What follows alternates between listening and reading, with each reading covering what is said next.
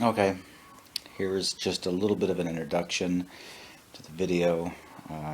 Dad, Grant Norman Tueller, died February 2nd at 2. It's a lot of 2s for somebody who's not superstitious, but hey, anyway.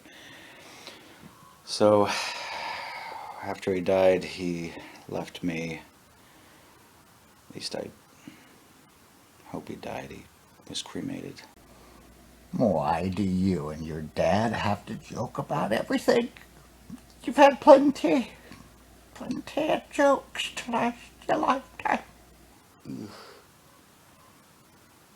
Anyway, he left me a rifle that was very unfinished and needed a lot of help. It took some time. There was some stuff that I wanted to buy but couldn't. Should have bought but didn't. And didn't go in the hole necessarily.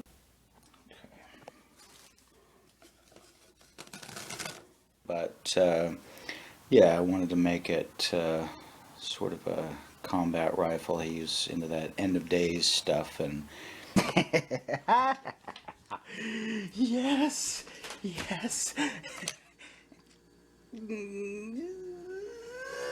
so I thought I'd do some things to it that he wouldn't have been able to, but I wanted to. I had a lot of recommendations for him, and finishing touch. Well, money or know-how kind of got in the way. Anyway, yeah. I miss you, Dad. And for the sake of the rest of the video, I think I'll just do it like a second person thing, you know, like as if I'm talking to him. So, yeah. Okay, Dad, this is your second person video. Second meaning it's not from you, it's to you. Right. Okay. This is where I started here on the stock. It is a Magpul CTR. I know you guys had CTR rings or CTRB or I don't know, something like that. Anyway, there's lugs for the sling here. And then I got this little Troy Industries thing where you can do the sling attach mount on the other side. It's pretty cool. There's no storage or anything, just trying to keep it nice, fast, and light. Before I get too far into this, I just wanted to note the paint job. What I did here was I used a primer that is actually supposed to be an engine primer, but I figured for the heat and elements and all that type of stuff that it would be better to use an engine primer. And then Rust-oleum had a multi-pack. It's right over there. Had a multi-pack that, well, it didn't really have that great of colors. Like these look like they're supposed to be brown, but the brown looked like the green. So what I decided to use was a little bit of the loam. If you can see that in there, a little bit of loam, a little bit of army green, and then the deep forest green, as they called it. I don't think they've ever actually been to the coast to know the varying colors of green, but hey, that's not our problem, which it is, but it's not. Anyway, I didn't really care for the charging handle that you had on there. It was a little bit cumbersome. It stuck out a little bit too far. It was kind of a neat little gadget, but well, I think it was probably just for folks that like gadgets, and I like gadgets, but I didn't like that. Anyway, so I went with the MOE grip on here as well.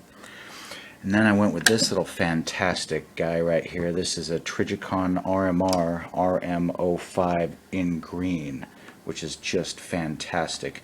So long as there's light. Doesn't take batteries, but it's an end of days concept. It'll work regardless. And it's got a little bit of tritium in there, which is, I can't remember what it depletes from. Jess would know. You'd have to ask him.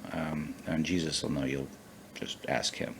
Anyway, got a riser for it. Got some MBUS sights. These are just in case the thing fails on you. You can press the sights, just pop up front and back, and then you look down the sights kind of like that. You'd have to co-witness or take it off. That's why I went with this. Otherwise, it was kind of pointless because, hey, the thing's supposed to stay on there, but if it fails, you got to be able to get rid of it so that you don't have to co-witness through the glass, which, if you can see the dot, no, probably not. No, wrong light. Anyway, so we'll take those down because it doesn't look as good with them up. And then what I decided to do was put a Timney trigger in here. This is a 3-pound trigger versus the 5-pound trigger that you had here. Let me bite on it. I went with a K&G keymod upper receiver. It's kind of neat. 1 7" twist barrel. Thought that would be pretty good for end of day stuff, considering you might not know which types of, well, weights of ammo that you're going to be firing. And last but not least, on the little thing, you see how the rail kind of slants like that? Well, Yankee Hill Machine just happened to have a slant muzzle brake. It brakes for recoil and rise, and she is gorgeous. Give her a little kiss. There you go. Yeah, so anyway, not too much stuff, but I figured, you know what?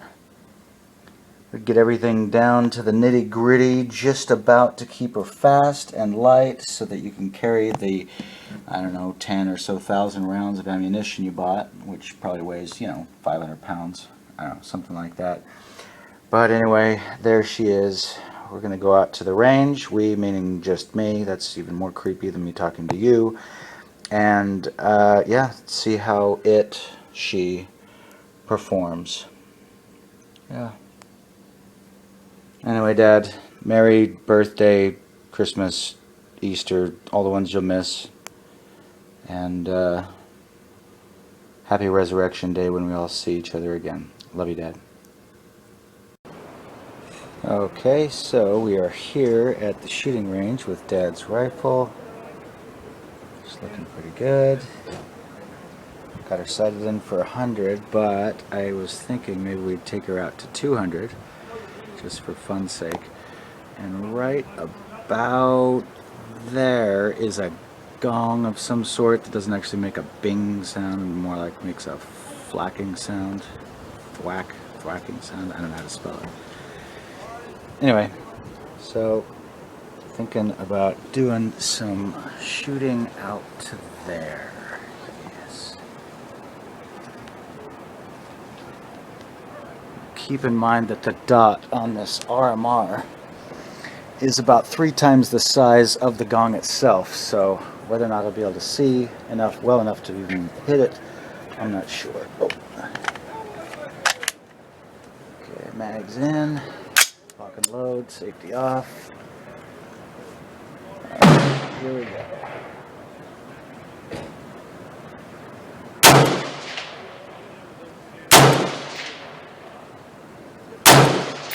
There we go.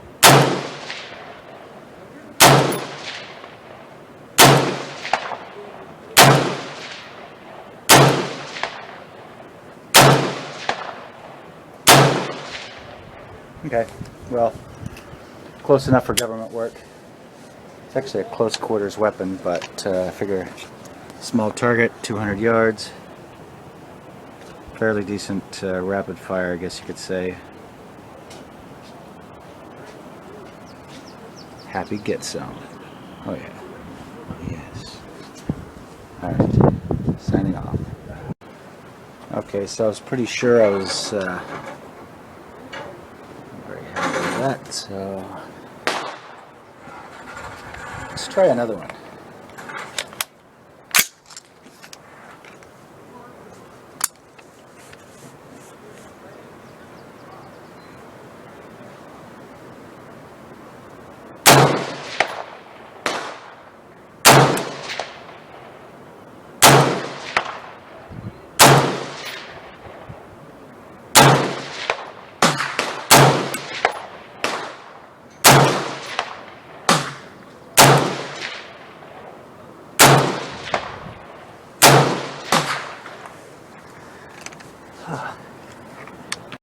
That is a pleasure to shoot. That Yankee Hill Machine Muzzle brake is fantastic, along with that dang trigger. Anyway, awesome, Dad. I'm sure this is how you would have wanted it to turn out. Signing off.